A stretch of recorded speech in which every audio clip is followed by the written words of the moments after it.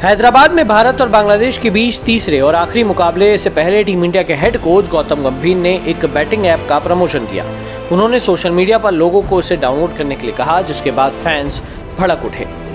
भारत और बांग्लादेश के बीच तीसरा और आखिरी मुकाबला हैदराबाद में खेला जाना है। 12 अक्टूबर को होने वाले इस मुकाबले से पहले टीम इंडिया के हेड कोच गौतम गंभीर ने एक बैटिंग ऐप का प्रमोशन किया। उन्होंने सोशल मीडिया पर लोगों को इसे डाउनलोड करने के लिए कहा। गंभीर के इस प्रचार के बाद फैंस भड़क उठे और उनकी आलोचना शुरू कर दी। फैंस को इस सबसे ज्यादा गुस्सा इस बात से था कि कल तक गंभीर जिस चीज के लिए दूसरे खिलाड़ियों की आलोचना किया करते थे, आज खुद वही काम कर रहे हैं। कई फैंस ने उनके पुराने वीडियो और बयान पोस्ट कर उन्हें आईना दिखाने की कोशिश की। गौतम गंभीर हमेशा से ही तंबाकू और बैटिंग ऐप जैसी कंपनियों के प्रचार के खिलाफ रहे हैं। टीम इंडिया के हेड कोच बनने से पहले वो कई इंटरव्यू के दौरान इस तरह ब्रांड प्रमोशन को लेकर खिलाड़ियों की आलोचना कर चुके हैं, लेकिन बांग्लादेश के खिलाफ तीसरे मुकाबले से पहले उन्होंने खुद एक ऐसे ही ऐप का प्रमोशन करते हुए फैंस से डाउनलोड करने के लिए कहा। इसी वजह से फैंस भड़क गए। उन्होंने तुरंत उनकी क्लास लगानी शुरू कर दी। गौतम गंभीर ने साल 2022 में इंडियन एक्सप्रेस से बातचीत के दौरान उस वक्त के बीसीसीआई अध्यक्ष सौरव गांगुली पर निशाना साधा था। उन्होंने बिना नाम लिए कहा था कि जब बीसीसीआई अध्यक्ष भी बैटिंग ऐप को बढ़ावा दे रहे हैं तो टीम के दूसरे खिलाड़ियों से ऐसा नहीं करने की उम्मीद नहीं की जा सकती। उन्होंने कहा था कि खिलाड़ियों को शराब, तंबाकू, यहां तक कि ऑनलाइन बैटिंग ऐप को बढ़ावा नहीं देना चाहिए।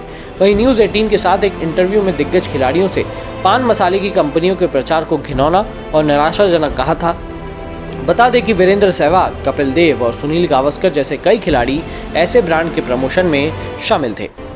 अब देखिए, फैंस की बात तो सही है। जब गौतम गंभीर हेड कोच नहीं थे तब वो बहुत सारी बातें किया करते थे, और अब जब वो हेड कोच बन गए हैं तो उन्हीं बातों को वो इग्नोर कर रहे हैं। फॉर एग्जाम्पल, जब संजू सैमसन के लिए हर कोई जस्टिस करता था तो गौतम गंभीर भी उस लिस्ट में शामिल थे। उन्होंने कहा था कि मेरे हिसाब से संजू सैमसन अभी इंडिया के सबसे बेस्ट बल्लेबाज है, और उसके बाद भी अगर उन्हें मौका नहीं मिल रहा है तो इस बात की मुझे समझ नहीं आती। और अब वही गौतम गंभीर उन्हें बार बार मौका देने से कतराते हैं, क्योंकि श्रीलंका के खिलाफ वनडे सीरीज में संजू सैमसन को टॉप कर दिया गया था।